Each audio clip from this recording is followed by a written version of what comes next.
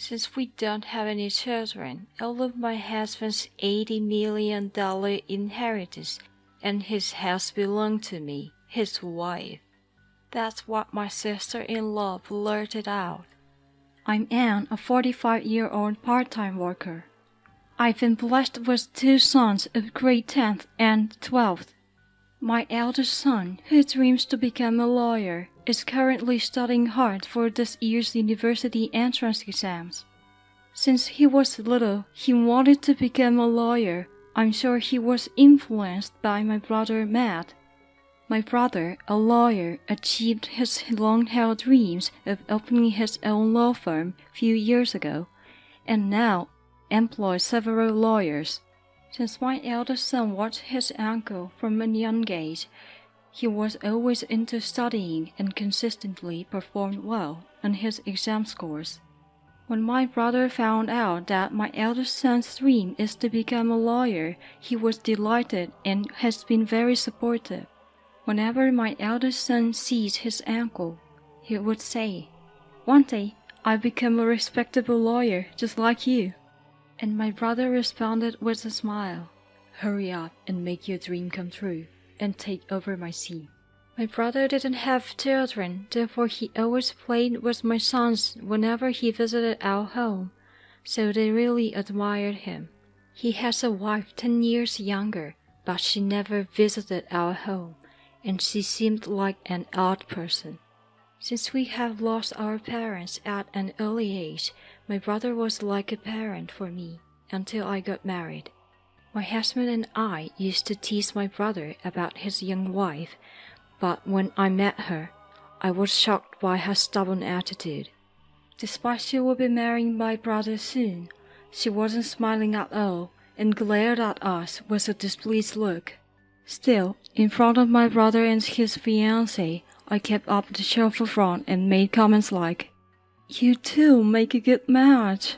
But once I back home alone with my husband, I couldn't help expressing my true feelings. Why does she have such a displeased look on her face when she is getting married? My husband, who seemed to share my thoughts, replied worriedly, "She didn't seem like a very pleasant person, did she?" But there was nothing we could do about our concerns, and soon after, my brother got married to his fiancée. We, as a couple, took our children to my brother's house to celebrate, which he bought before he got married. It was a very nice house which suited my brother who was running a law firm. But we were surprised that we couldn't find any sign of my new sister-in-law. So my husband jokingly asked my brother, "Hey bro, are you already living separately from your wife?" Of course it was a joke, but my brother's face got fierce immediately, and we were taken aback. According to my brother, she often runs back to her parents' house at the slightest disagreement, and even knowing that we were coming today, she had gone to celebrate her mother's birthday overnight. As my husband felt bad about his inappropriate comment, my brother started speaking to us with a serious expression. "If we can't have children, would it be possible to let us adopt one of your kids?" I was taken aback that he could suggest such a thing so soon after getting married, but his expression seemed serious. The conversation came out of the blue and left me speechless, but my husband laughing responded, "If you're okay with one of our kids, feel free to choose whoever you want." Well, no one knows what the future holds, so let's talk about it when the time comes. I was worried about the adoption issue, but I was concerned about whether my brother's marriage was going well. My husband didn't seem to take it too seriously and brush it off. I know it's out of my business to interfere in their marriage issues, but I can't shake off this uneasy feeling. Since then, my family visited my brother's house occasionally, and my brother came over to our place, but we never saw my sister-in-law. My brother didn't talk about her, so I tried to avoid asking about her. 10 years after their marriage, and almost forgetting about her existence. My eldest son was entered to law school, starting from this year. My brother came to our house to celebrate my son's success, but instead of focusing on congratulating him, he brought up the adoption talk again. As I have mentioned before, could we adopt one of your children? It seemed that my brother and his wife still didn't have any children, and he was seriously considering adoption again. The last time he brought it up, it was soon after he got married, and he didn't seem too worried. But this time, he was serious. But my husband didn't seem to take it too seriously and replied immediately, "In that case, wouldn't our eldest son be the best choice? He dreams of becoming a lawyer after all." My husband said it so casually, that it's a major decision that could affect our children's lives. So I was more cautious. Even though one of them is going to be adopted, he is going to my brother's house where our uncle lives, so I don't think he will feel too anxious. What concerns me is the existence of my sister-in-law. I was worried that my sister-in-law might find it unpleasant that the boys are not her own. So I decided to ask my brother about it directly. "Does your wife agree with taking in the boys?" Then he responded with an adoring smile. "Don't worry about her. We've already discussed it." Even though I felt relieved by his words, I couldn't make a decision right away, so I decided to discuss it with my sons first. They are both in high school now, so I wanted them to decide their own future. No further discussions took place that day, but a few days later I received a call from my brother's law firm saying that he had collapsed. I rushed to the hospital where they had taken my brother, and there I found a worried-looking staff in his law firm. He had collapsed at work. He had been diagnosed with a stroke and was unconscious. With my arrival, the staff of the law firm left, but they told me that they still couldn't get in touch with my sister-in-law. I didn't know her cell phone number, so I tried calling her at home, but she never answered the phone.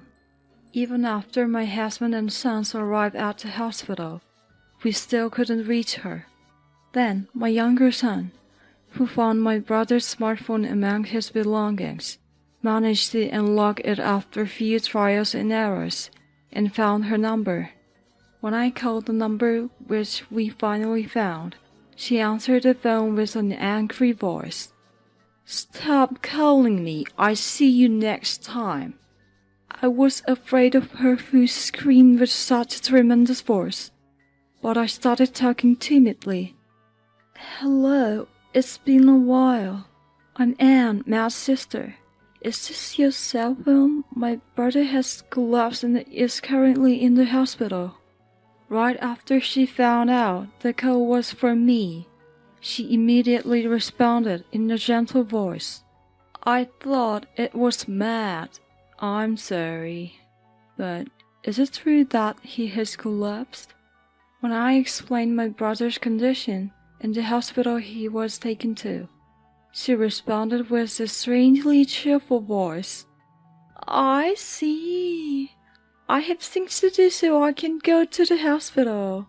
So please contact me immediately if anything happens."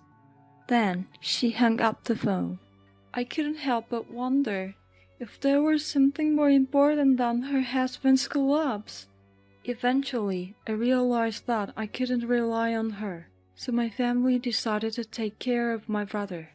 My eldest son, who has finished his university entrance exams and had free times, came to the hospital almost every day on behalf of me. Even though my brother remained unconscious and in critical condition, my sister-in-law never showed up at the hospital, and she never called us. So, a week after my brother's hospitalization, I decided to call her again. She picked up the phone immediately and shouted with a happy tone, "What happened? Did he pass away?" I wanted to scream back at her for her extremely disrespectful words, but I held back and answered, "He's still alive. More importantly, why aren't you coming to the hospital?" Then she responded, getting on my feeling of holding back my anger. "I'm not a doctor or priest. It won't change anything if I come to see him." I couldn't stand her, who responded in such an irrespective manner, and I hung up the phone. Perhaps the reason my brother wanted to adopt one of my sons was because he had given up on having a child due to the deterioration of his relationship with her. When my brother's marriage was decided, I heard that the two of them had met through a dating app. Perhaps the reason my sister-in-law married my brother was because she thought she could live a good life because he was a lawyer. As I thought about it, I became more and more angry, but when I consulted with my husband, he told me an even worse story. If your brother passes away like this, all of his inheritance will go to that wife. It occurred to me that the reason my brother, who had come to celebrate my eldest son's passing, I finally found out the reason why he talked about adoption again. It was probably because he was considering his inheritance. I regretted that I didn't decide on the adoption then, even though it's too late now. After my brother left, I casually brought up the topic of adoption with my sons. Unexpectedly, my second son volunteered to be adopted. Unlike his older brother, he didn't have any clear goals in life, and seemed to think that life would be easier if he became my brother's adopted child. I assumed that my older son, who admired my brother, would want to be adopted, but I got a surprising response instead. "I don't want to be adopted. I have to take care of Dad and Mom as the eldest son." I was delighted to hear his words, but I thought that he, who dreams to become a lawyer, might be suitable to be my brother's adopted son. My brother, who was unconscious, I felt helpless as I couldn't proceed with the adoption procedures on his behalf. It wasn't that I wanted my brother's inheritance, but I didn't want to give a single penny of his inheritance to my sister-in-law, who seemed to be urgently waiting for my brother's death. All I could do was hope for my brother's recovery. When his condition didn't improve, a few days later, he passed away. Despite not wanting to, I reluctantly called my sister-in-law. "My brother passed away a while ago. Is it okay if we arrange a funeral?" She, who was probably urgently awaiting news of her husband's death, responded in a cheerful voice. "Oh, please handle everything. I can't be bothered with greetings or anything. And you don't have to make me the chief mourner." "How could you?" As I was about to lose my temper, she hung up the phone. In the end, my husband and I organized my brother's funeral. The people from my brother's law firm also helped us out a lot. Although my husband was worried about the law firm, my brother had made arrangements beforehand. Although my brother was the head of the law firm, he had entrusted the management of the office to a reliable person, so it seems that the law firm can continue as a corporation. Many people attended his funeral, and so many wreaths were brought to the venue that it overflowed, and I was once again reminded of his greatness. My sons also helped with the funeral, and in particular, my second son regretted not being adopted when he saw big company presidents and politicians attending the funeral. "I didn't know Uncle was such a great man. I should have been adopted." My eldest son was dumbfounded at his brother's reaction, but my husband and I kind of understood why he regretted it. I was the chief mourner, but no one seemed to mind the absence of my sister-in-law, and no one pointed it out. I was wondering if there was anyone other than us knew that my brother was married, since my brother and sister-in-law only went on a honeymoon without having a wedding ceremony. Even relatives might not have noticed. I couldn't help but wonder if my brother should have gotten married, if it was going to end up like this.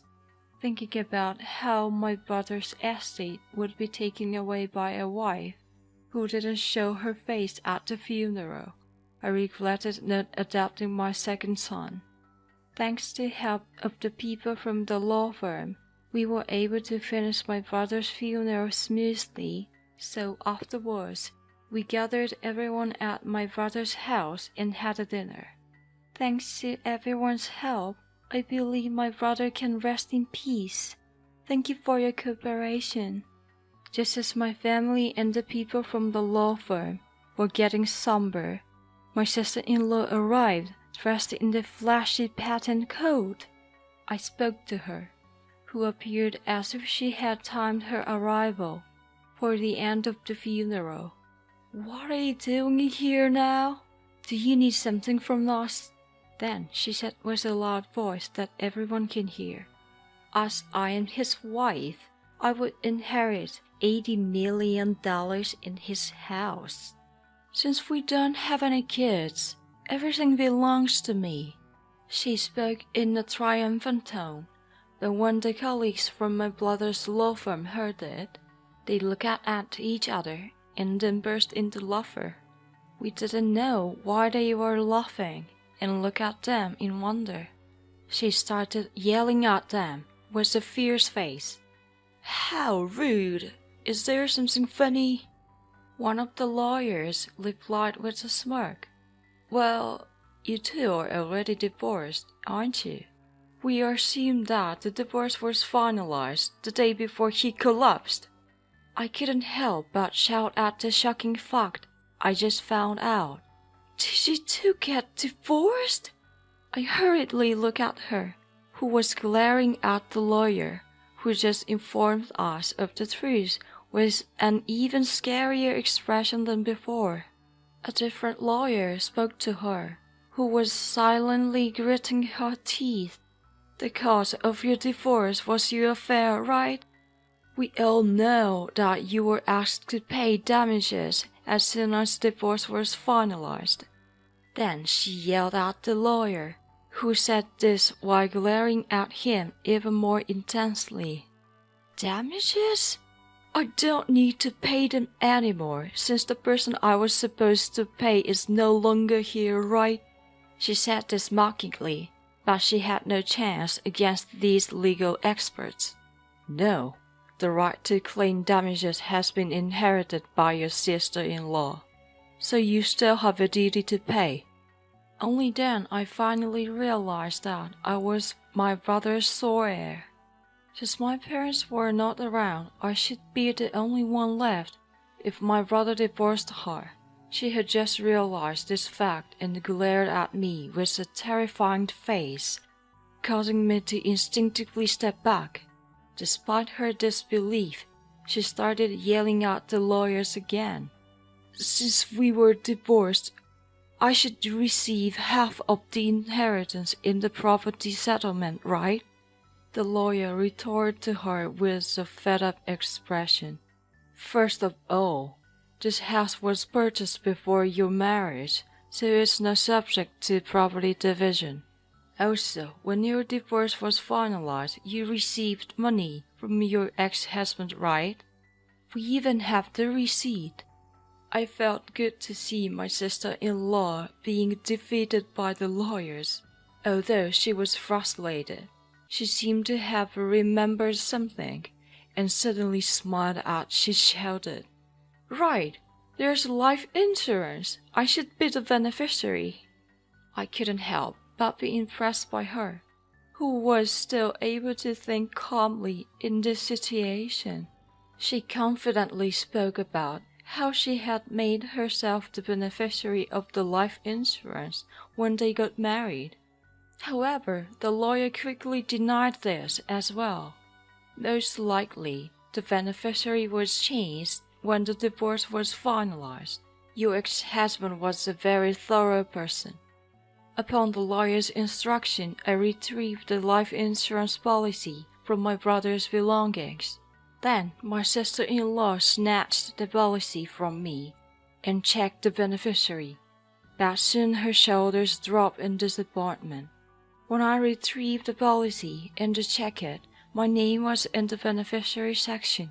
She, who had decided there was nothing left for her to claim, finally started yelling out her true feelings. "This is a complete disaster. I only married him because he was a lawyer. But in the end, I only got a small amount of money. Plus, I have to pay damages." One of the lawyers retorted with a stern face. "Your ex-husband has regretted marriage too." He said that relying on a dating app in his haste to get married was his mistake. I had never heard about this from my brother, but it seemed he had honestly expressed his feelings to his colleagues. With no more retorts, she left with a dejected look. She proposed to pay the damages later, but as she was unemployed, she quickly began looking for work. However, since she had never worked seriously before, she quickly quit as soon as things got tough, and seemed to start looking for a wealthy partner at the dating app again to make money quickly. Before long, she found a wealthy man at the dating app and seemed to have deceived him into giving her money for wedding expenses. But the man quickly realized it and reported it to the police. We heard from a lawyer who was my brother's subordinate that my sister-in-law was arrested on suspicion of marriage fraud. To be precise, I went to the law firm to check why the damages from my sister-in-law to me hadn't been paid, and that's when I heard the news. He told me with an astonished face, "Given that your former sister-in-law has been arrested, it's likely that the payment of the damages will be impossible for a while." For me, the damages didn't matter. Just knowing that my disliked sister-in-law had suffered greatly, I was satisfied. I hope the police thoroughly investigate any other crimes and that she is given a severe punishment, and I'm sure my brother would want the same. On the other hand, I had unexpectedly inherited my brother's estate. Therefore, our family moved into his house. We had been renting until now, so my husband and sons were very happy about this. Even though we seemed to be carrying on my brother's legacy as a whole family, my eldest son began studying harder than ever to become a lawyer. It seems that he'd admired the lawyers at my brother's law firm even more after seeing them defeat my sister-in-law. While he couldn't be adopted, I hope that my eldest son can inherit my brother's will and become a great lawyer. On the other hand, my second son seemed to be resentful and upset that I had inherited all of my brother's estate. If things were right, I, who would have been adopted my uncle, could have inherited everything. I couldn't help but smile at my second son's half-joking demeanor.